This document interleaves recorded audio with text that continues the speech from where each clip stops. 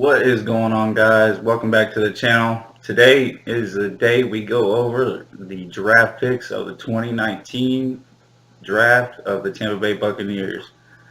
I almost screwed that up. Y'all heard it in my voice.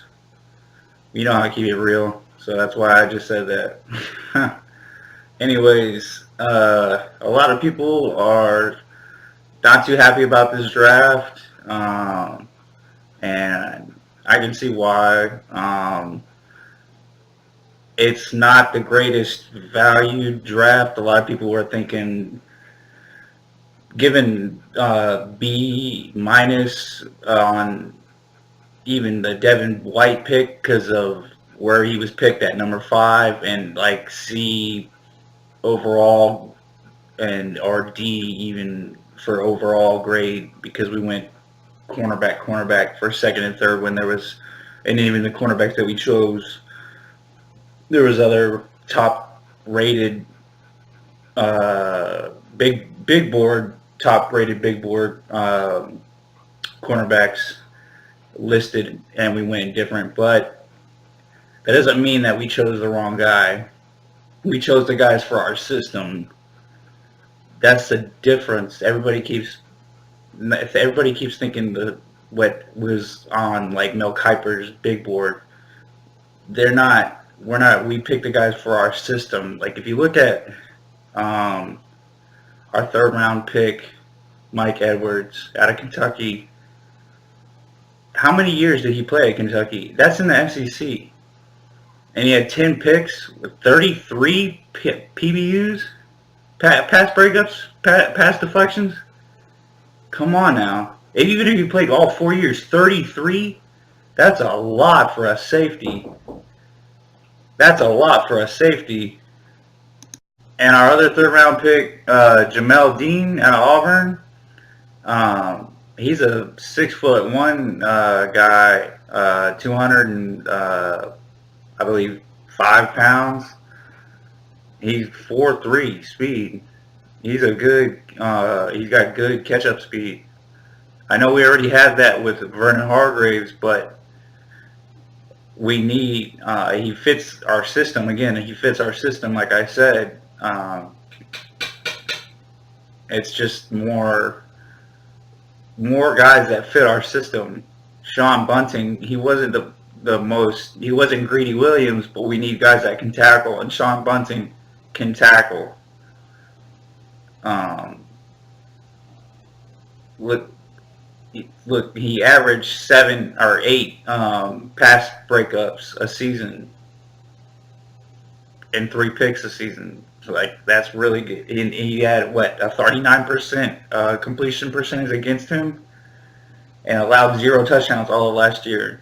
Now I know it's in the MAC, but or I believe it's the MAC. Yeah, it's the MAC. But still, it's Sean Bunting is a good pick for us. It's not my favorite pick is Anthony Nelson out of Iowa. That dude has got such a motor. He's Carl Nassib. He is Carl Nassib. That dude has got such a motor. Shout out to Real Bucks Talk. They showed some videos on Twitter, or not some videos, but some clips of him, and he has got a motor, man. This one clip of him working the whole line, then reading what the quarterback was doing, going after the quarterback, then the quarterback dumps it off to the running back, and I can't even talk right now. He dumps it up to the running back, and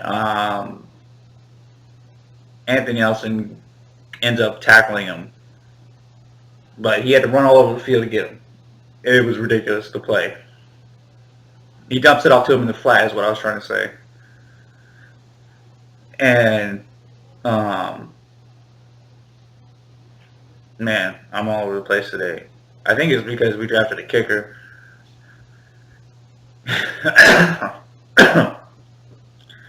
Sorry to say. Oh man. But the reason we drafted a kicker is because Cairo Santos can't hit from 40 plus, 45 plus. And this dude can, and this dude is accurate as hell. He's I know Roberto Aguayo was the most accurate kicker coming out of college, and that's why we drafted him in the second round. Um, that, but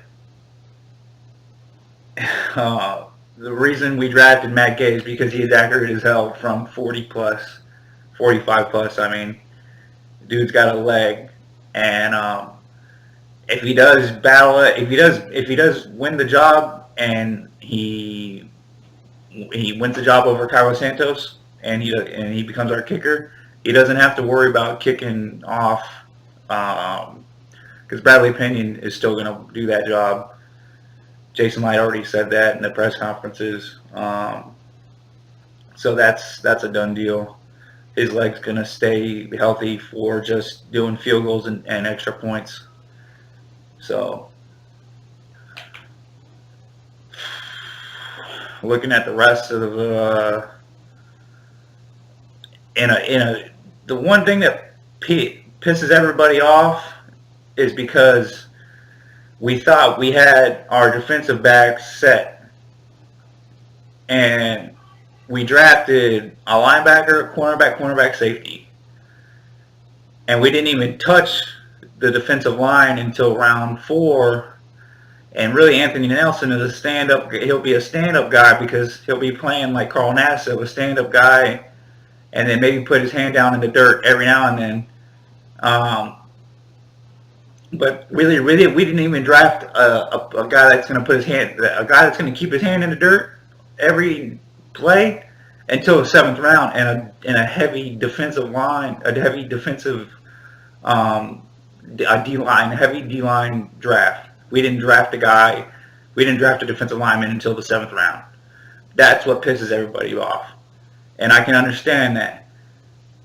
Now, Bruce Arians in his last press conference, right day before the draft, said that you are dumb, if not dumb, but you don't draft need first. You draft best player available first.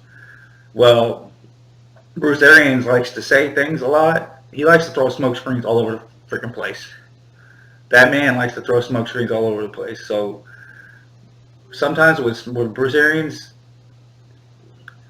just slip. Not everything, but with some things that he says, let it go in one ear and out the other, because we obviously drafted for need because they don't believe in, or there's questions about some players in our secondary. There's got to be, because there's no way you draft. There's no way I'm going to use the word, you waste your second, third, and draft your second, third, and another third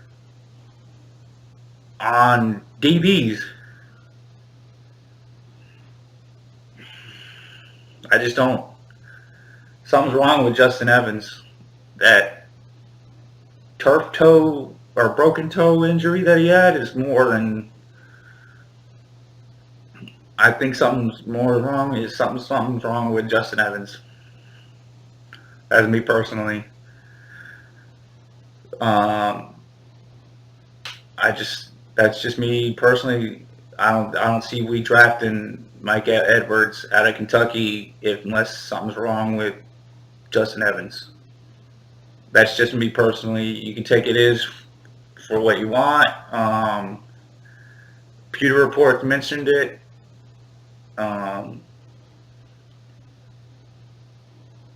So it is what it is. Now Jamal Dean is a cornerback that will need to get his fundamentals down. Sean Bunting is a little bit more of a ready plug and play cornerback. He's got his stuff down. He is a He's 6 foot cornerback. We did get a bit taller with our cornerbacks. Um, we got Carlton Davis, who's what 6'1", almost 6'2", and Jamel Dean is 6'1". Sean Bunting is 6 foot, almost 6'1". Uh, Vernon Hargraves is 5'10" and like a half, maybe, on a good day. He's our smallest starting corner. It really seems like that Vernon Hargraves is going to end up sliding into the slot, because his rookie year he played best in the slot. Now I know they said that they're gonna play him man to man, matched up outside, but I have a good feeling about Sean Bunting, to be honest. We'll see. I'm going to kind of wrap this up. My favorite pick is definitely Anthony Nelson, besides Devin White. I mean, Devin White, I haven't even talked about him, but I can't, I didn't even mention him at all, really, because he was the known pick, the known talked about pick out of all the other YouTubers out there. So I didn't really want to go into him very much, because everybody knows what we got with him. And every down linebacker that's going to bring a lot of leadership and a lot of fire, and he's going to get taught by one of the best in Levante David and Todd Bowles. Sorry, my screen just went black right there for a second. And now it's back on. And I'm still recording, so that's good.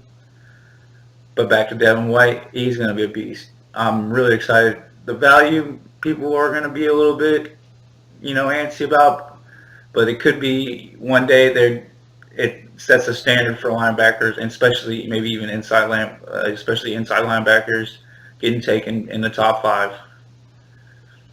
Who knows? We could be looking back on this pick and saying, yep, yeah, the linebackers can go in the top 5 now. So, who knows? But anyways, guys, thanks again for watching the video. Be sure to like and subscribe to get notified when new content comes out. And thanks again. Go Bucks. Go Bucks.